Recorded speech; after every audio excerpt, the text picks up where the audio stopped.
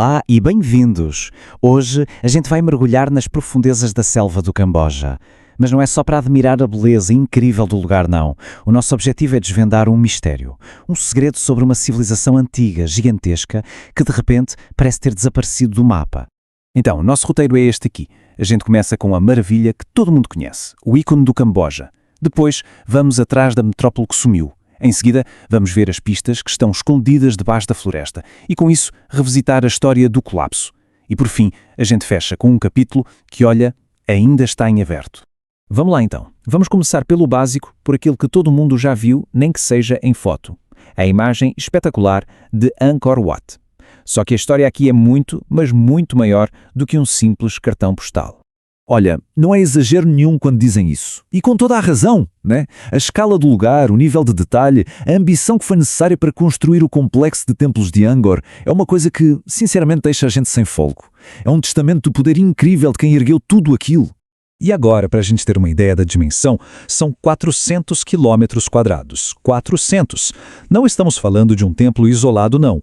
É um parque arqueológico inteiro, uma área gigantesca. Só para comparar, isso é maior do que muitas, mas muitas cidades grandes que a gente conhece hoje. Era, sem a menor dúvida, o coração pulsante de um império. E para entender a história, tem alguns pontos-chave. Quem construiu tudo isso? O Império Khmer.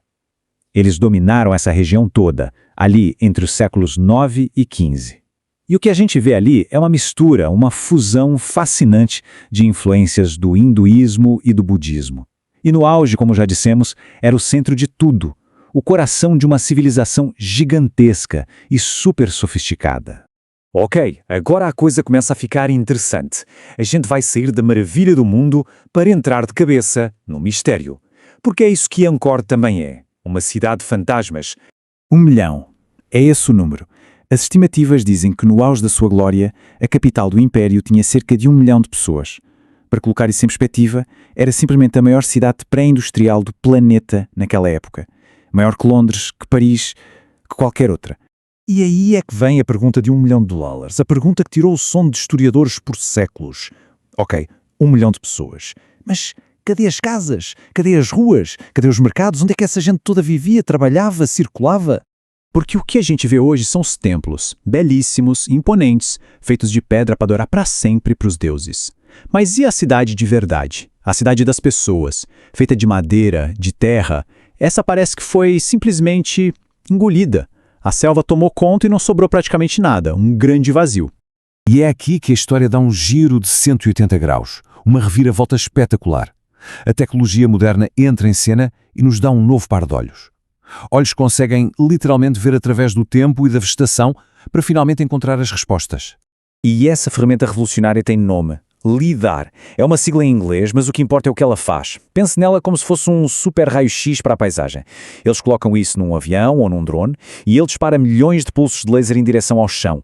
Esses lasers conseguem passar pela vegetação e criar um mapa 3D super detalhado de tudo o que está escondido lá em baixo. Ou seja, de forma bem simples, é a primeira vez que os arqueólogos conseguem apagar a floresta. Eles conseguem no computador tirar todas as árvores e ver o relevo do solo perfeitamente, revelando cada pequena elevação, cada vala, cada cicatriz no terreno que denuncia as ruínas de uma cidade. É mágico. E o resultado é este aqui. É um antes e depois de cair o queixo. Antes do LiDAR, a gente via um punhado de templos cercados por uma selva que parecia infinita e uniforme. Depois do LiDAR, uau! O que apareceu foi o fantasma de uma cidade inteira. Uma malha urbana gigantesca cheia de canais, estradas e as fundações de milhares de casas. Não era uma cidade apertadinha como a gente imagina uma cidade medieval. Era uma metrópole espalhada com jardins, reservatórios, tudo conectado. A cidade perdida finalmente foi encontrada. Só que encontrar a cidade foi só o começo, porque essa descoberta incrível não só resolveu um mistério, como criou outro. Ela nos obriga a repensar tudo o que a gente achava que sabia sobre o fim de Angkor. Uma história completamente nova começou a surgir. E a gente pode comparar as duas ideias aqui. A teoria antiga, a clássica, dizia o quê? Que eles foram invadidos. Um fim rápido, violento. Isso se baseava em alguns poucos relatos históricos.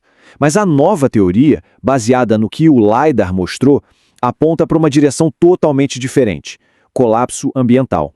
A evidência agora não é um texto antigo, mas sim um mapa de uma rede de canais e reservatórios gigantesca que claramente começou a falhar, o que sugere um declínio bem mais lento, gradual e doloroso.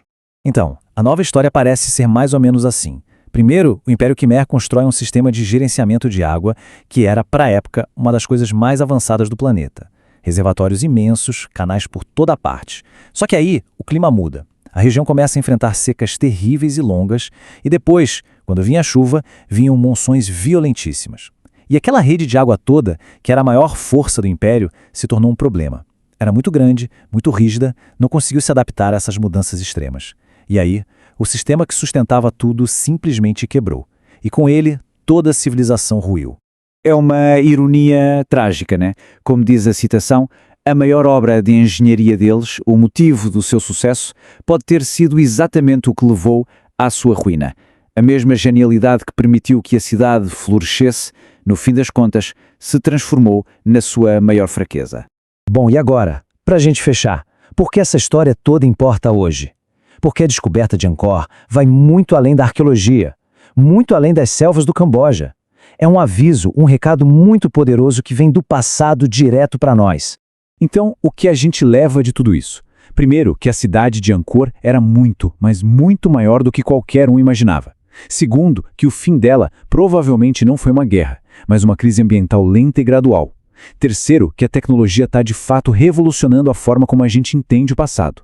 E talvez o ponto principal é que a história antiga não é só poeira e ruínas. Ela tem lições muito, muito importantes para os desafios que a gente enfrenta hoje em dia. No fim das contas, a história de Angkor é uma grande lição. Uma lição sobre a relação, muitas vezes frágil, entre uma civilização, por mais poderosa e genial que seja, e o meio ambiente que a sustenta. É uma história atemporal sobre sustentabilidade, sobre a necessidade de se adaptar e sobre o que acontece quando se ignora os limites do planeta. E tudo isso nos deixa com uma última pergunta que é, ao mesmo tempo, empolgante e um pouco assustadora, né? Quantos outros mundos como este, quantas outras cidades perdidas ainda estão por aí, escondidas debaixo das selvas, debaixo dos desertos, só esperando para serem descobertas? Uma coisa é certa, o passado ainda tem muitos segredos para nos contar.